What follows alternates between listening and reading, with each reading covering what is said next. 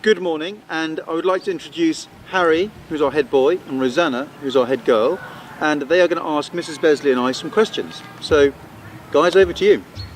Okay, Mr. Besley, why did you want to be headmaster of Aberley Hall? Oh, good question. I suppose I've done lots of other jobs that have given me lots of experience, and so I got to the stage where I decided I wanted to be a headmaster. And then I saw this lovely school, and I came to have a look at it, and sort of fell in love with the school, really. The beautiful setting, the lovely part of the world, the history of the school, and the lovely children. So I remember sitting on my interview having lunch with, I don't think either of you, but with a lovely group of children. And I went away that day just feeling that it was an absolutely lovely, it was you, wasn't it? Yeah, I remember coming away just thinking, what a lovely bunch of children and what a lovely school. And it was also somewhere that I felt that our own children would be very happy. And I know that Mrs. Besley thought that too. Yeah, I was actually here at the interview as well, which is slightly terrifying, but straight away we just felt it was a really warm place, a really friendly place, and just a really special place that children can have a really magical childhood and be children, which is exactly what we wanted for our own too. Okay, If that's all right. next. What schools have you worked at before, and what have you achieved in those schools? Okay, well, these are big questions. Well, actually, Mrs. Besley and I have worked at most of the same schools before, because Mrs. Besley used to be a teacher when I wasn't. So I used to work in event management in London, and Mrs. Besley was a teacher, and I kept thinking that actually what she was doing looked more fun than what I was doing. So I went and changed to be a teacher. But so first of all, I worked in a big school in London, a really big prep school in London, as a history teacher. And then I worked at a prep school, a bit like this one, a little bit bigger, but a bit like this prep school in Sussex as head of boarding and head of history. And I suppose at that school, what I was proudest of really was making the boarding really fun. So by the time I left, the boarding was really popular, and there were loads of children boarding, and it was a really sort of strong boarding community. And the history results were very good as well, so I was quite pleased about that. And then I went on to work as deputy head at a school in Suffolk, and I think my biggest sort of achievement there really was that I think it would be fair to say when I left the school it was a kinder and nicer place than it was when I first started, and so I was very pleased with that. And yeah, I've worked in the same schools and been a class teacher for a long time, and I've done a lot of work in boarding houses. I ran the Year 8 girls boarding house at one of our schools, and I think I've coordinated most subjects in the curriculum, so lots and lots of teaching. So quite nice to have a bit of a change now and do some other things, which is very exciting. Okay, next question.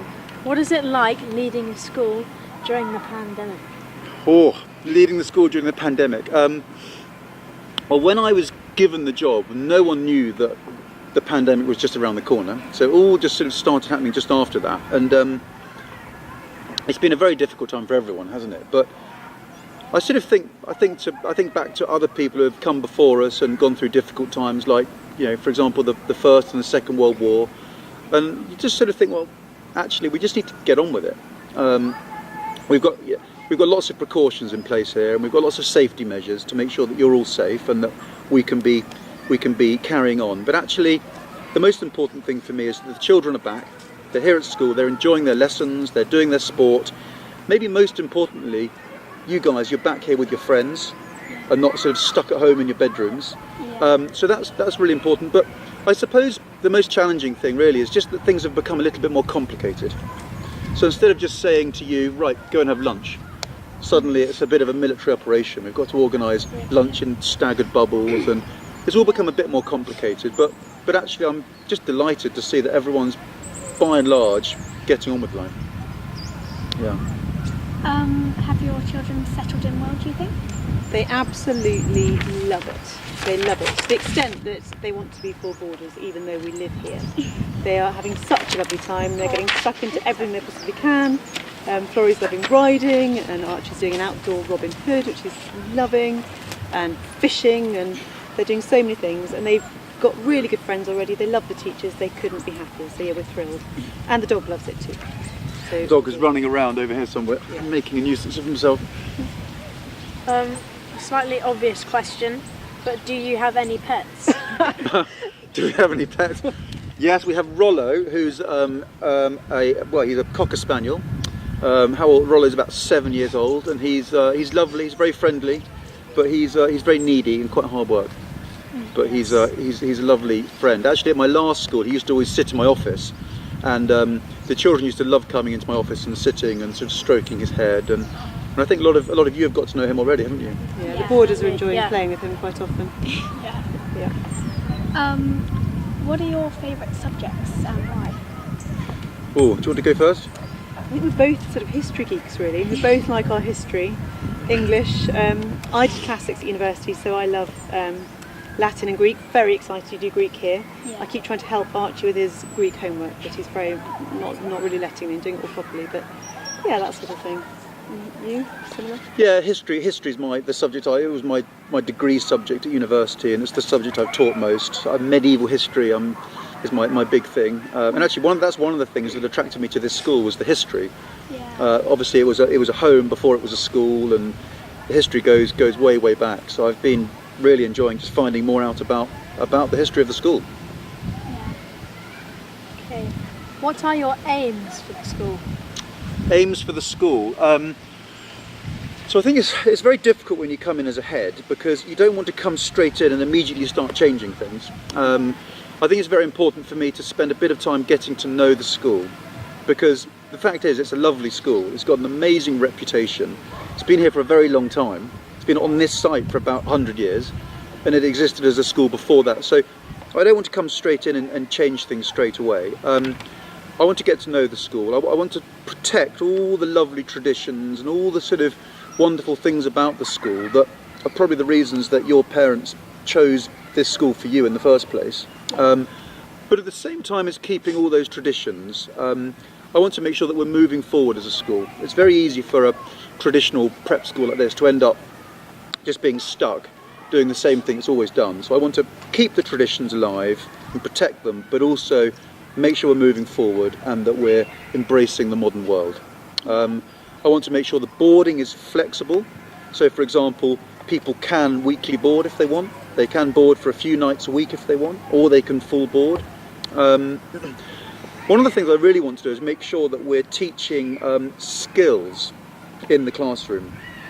And what I mean by that is that it's very easy in a school just to be preparing children to do exams and just giving children loads and loads of exam practice so they do really well in their exams. And although exams are important, actually when you find yourself leaving school or leaving university when you're older, as well as having good exam results, you're going to have to be able to do things like public speaking. You're going to have to be able to be someone who can have creative ideas. You're going to have to be able to work with other people as part of a team. All these sorts of skills that we need to be encouraging and teaching you now in the classroom. So there's some of the things. We've got lots of ideas. Could keep you here for ages. Yeah. What do you both like to do in your spare time? We love being outdoors as a family, which is again another reason we love being here. We do a lot of camping, lots of hill walking in all weathers. Lots and lots of outdoor things. You love fishing, don't you? So the ink pot's been a bonus. Yeah, I love sort of, fishing, cycling, sailing, all that kind of thing. Treehouse building is a big hobby of mine. I'm not sure I'm going to have time to do that anymore, but I used to, before coming here, I used to build tree houses in my spare time. So carpentry has always been a love as well. But no, I love doing practical things, and I love doing outdoorsy things. Yeah. What have you enjoyed most about Aberley so far? What have I enjoyed most about Aberley? I think what I've enjoyed most about Aberley is getting to know the children. So things like sitting and having lunch with children and just having a chat to them about what they like doing and where they live and how long they've been at the school and all that sort of thing is absolutely lovely. It's sort of, one of the highlights of my day. And I think what's really struck me about the school more than anything is just how lovely the children are. I'm sure you're getting very sort of big-headed listening to that, but I've just found the children here to be so sort of naturally warm and friendly and fun and polite, and that's been a real joy. Yeah. For me, I think my most special moment has been in chapel. I think you're both in the chapel choir, aren't you? Yeah. And that first chapel when you were all singing, I can't remember what it was something absolutely beautiful. And I hadn't heard a choir singing for a long time because of lockdown. and I actually had a tear in my eye. It was so beautiful, and just, yeah, I suppose the history of the school in the chapel at that service, and the music was really, really special. I'm also loving doing my cookery club. We cook on a Thursday sometimes, don't we, with the top year boarders, and I have pre-prep boarders cooking, which is very messy but great fun, and a really good way to get to know everybody. I quite enjoy seeing the pre-prep children come out of the kitchen covered from head to foot in flour, Yeah. looking like snowmen. Yes.